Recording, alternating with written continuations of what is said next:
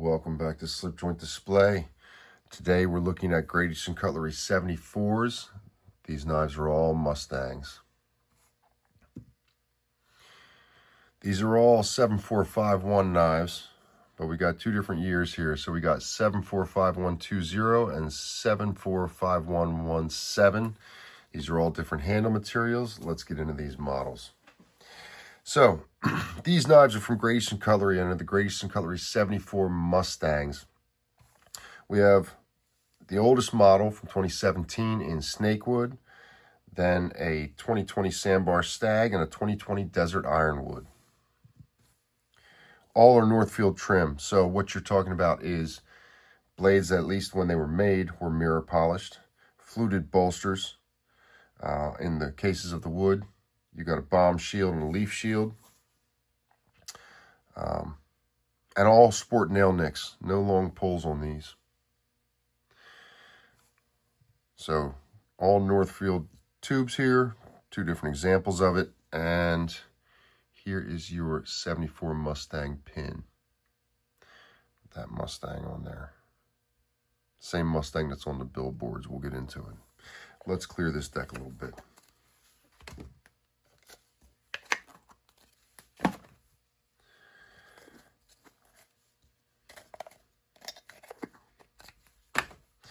So, this was the first one that I had. This one was made in 2017, and I didn't pick it up on release. I believe that I picked this up in a trade or a purchase on the secondary market. The handle material is snakewood, so you can see that patterning in there a little bit. I don't recall if this was a user when I bought it, but I know that I've used the hell out of it. It's been sharpened multiple times, and you can see the patina on it. Let's see if we can see that billboard for that horse a little bit. There we go. So, Northfield unexcelled, and there's the Mustang on it. Leaf shield, fluted bolsters, pins all look good. The 74 Mustang is a very straightforward design, single blade. Although they have done 74s and two blades, but those weren't Mustangs. The clip point version of this is named the Stallion. So when it's this drop point, it's the Mustang. Here we've got just Northfield unexcelled, no Mustang on the blade. I picked up these 2020 models later on release. Pretty sure I picked these up from traditional pocket knives. This Stag is out of this world. Just, this Stag knocks the wind out of me every time I look at it. Hard to ask for more than this in a knife.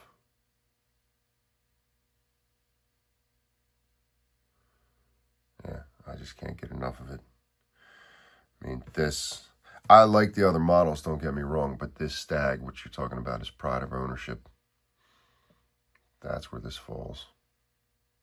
The purling looks amazing. The shape is nice from side to side. The colors line up. This looked like it was all from the same piece of Stag. Yeah. And then here is your Desert Ironwood from the same year. This guy has had a lot of carry. I believe the blade was fully patinaed at one point, and I removed the patina. Now you can still see the billboard there pretty nicely. But the grain in this wood, the wood is darkened and you can't see the grain as much. But man, when I got this thing, it was stunning to look at. The grain in this ironwood. Makes me curious, and I've thought about this some with Coca-Cola, some Coca-Cola models that I got. Does anybody know a way to bring the grain back? Can you sand the knife or something to that effect and bring the grain back out? If anybody knows a way to do that, get down in the comments and let us all know.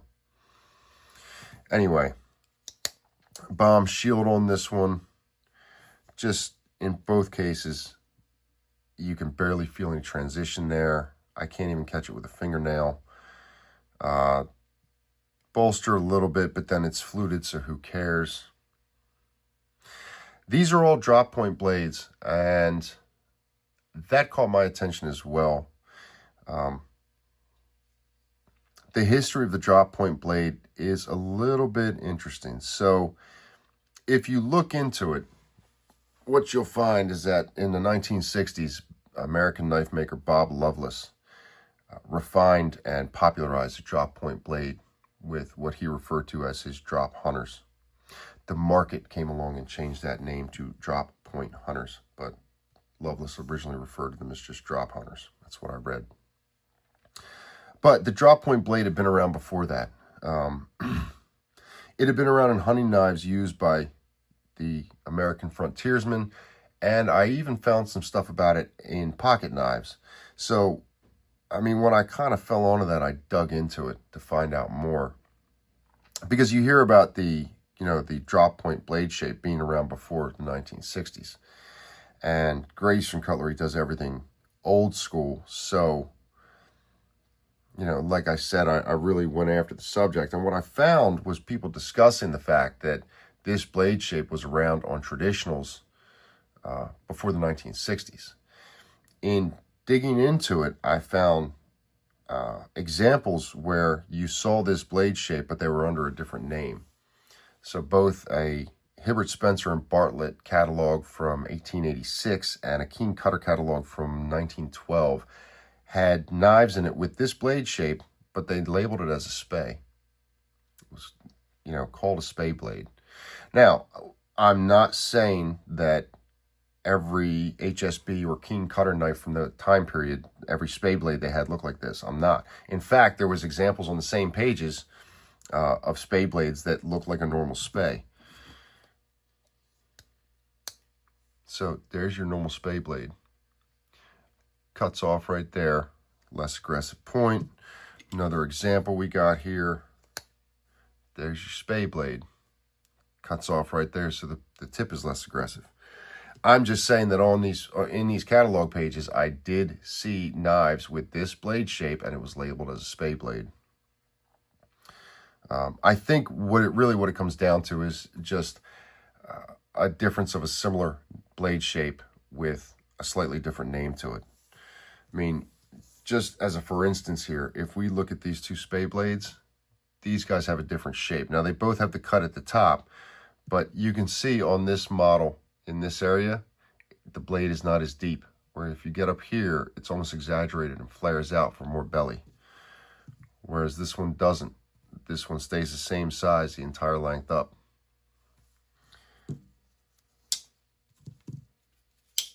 Similarly, if you want to look at what Great Eastern Cutlery labels as another drop point, and this is 715117. So, same year as this guy.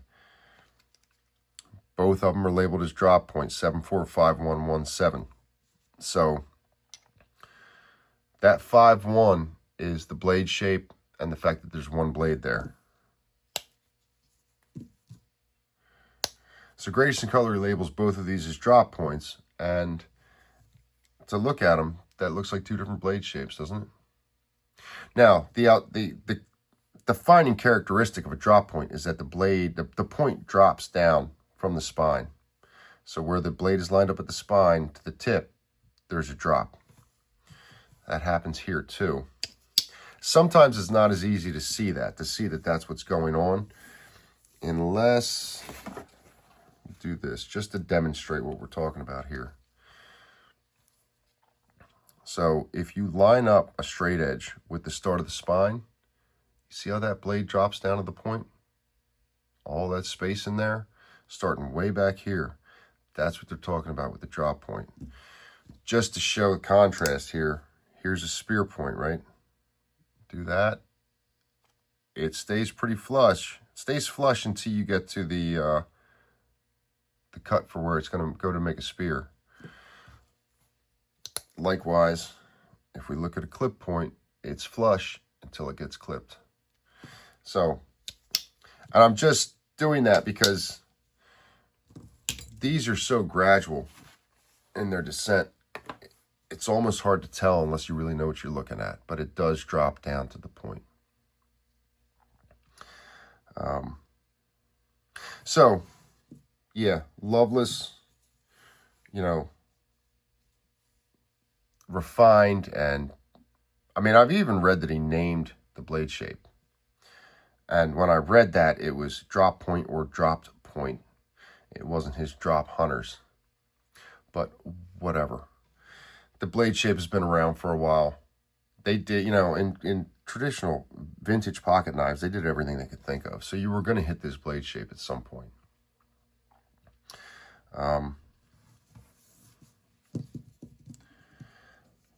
far as these are concerned, I feel like these are all really good examples, and I really dig all of these.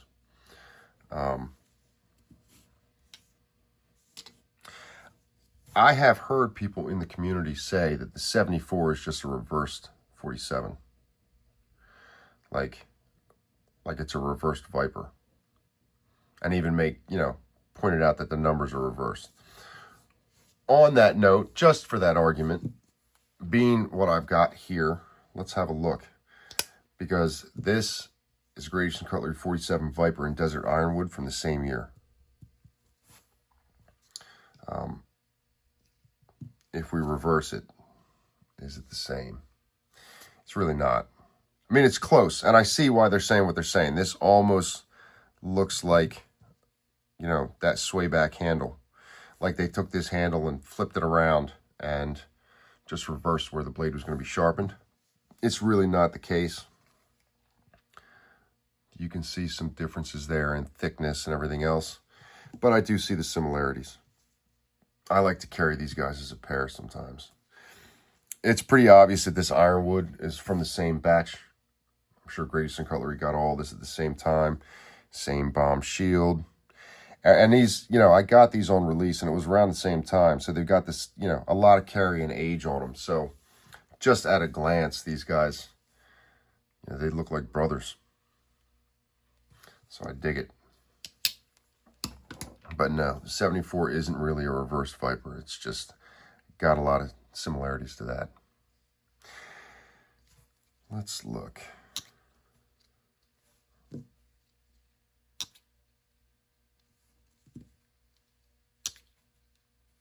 Nobody's flush at half, but we're close. I'm close on the 2017. A lot of guys in the community love these knives.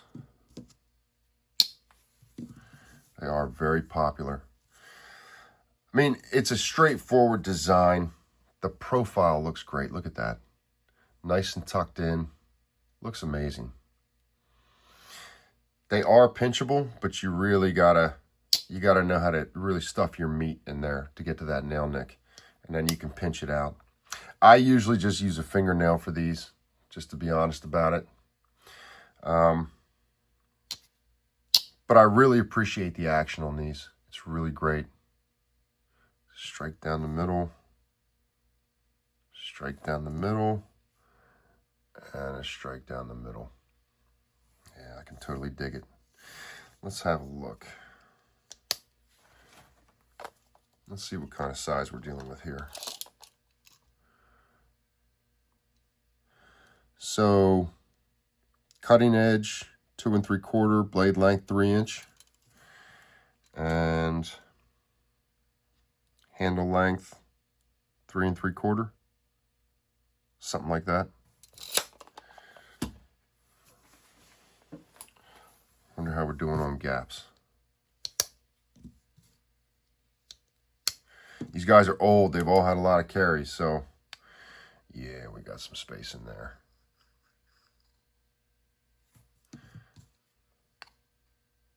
More space. Yeah.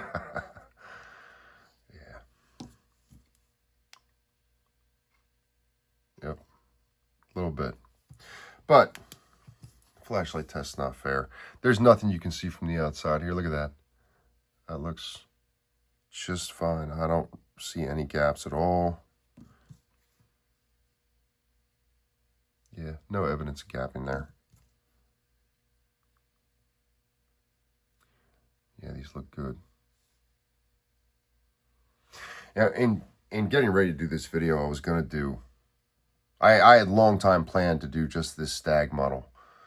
And I guess at the last minute, as I thought about doing it, I thought, you know, if you're going to address the 74 and the drop point blade and all that, you may as well do everything you got. Just put 3 knives in the video. But these models are loved. I mean, it's a nice, straightforward design. It's useful. It's small in the pocket. Blade is really tucked in. I think with this one, through use and sharpening, the blade became proud at some point, and I think that instead of filing down the kick, I think I dropped the blade tip down. Just took the knife onto a stone and worked the spine and the tip a little bit. You can see it does have a little bit of an extra curve there. I think I just took that tip down a little bit so that when it was all closed up, it wasn't proud. You can just work the kick down and drop the blade down in the well, but I'm a sharpener. I've dealt with problematic knives. You know, you can change where that tip is landing with it barely being noticeable.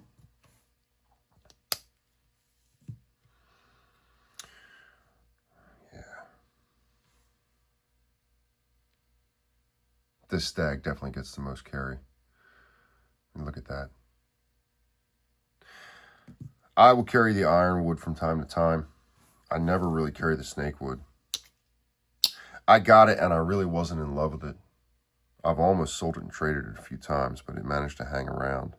I do like it. I appreciate it. Don't get me wrong. I'm just saying, you know. And this ironwood, when I first got it, was much more impressive. The grain showed much more, so it got more pocket time because of that. But this stag is just enough to knock the wind out of you. What do you guys think? Is the 74 a pattern you got? Is it one you had and got rid of and regretted? Is it one that you've always wanted to get? I'm looking forward to Great Eastern Cutlery's next release on the knives. I hope that they keep the tension of the spring up. I want to see the action stay the same. And like I said, this is a very, very loved model, and I think that's absolutely a big piece of it. Is that the action on these is just, they weren't playing around. I would hate to see that change. What do you guys think? What are your thoughts on the model? Is it one that you had, one that you got rid of, one that you want to get? Are you waiting for the next time the Great Eastern Cutlery releases the knives? Get down in the comments. Let us all know, and I'll see you guys on the next video.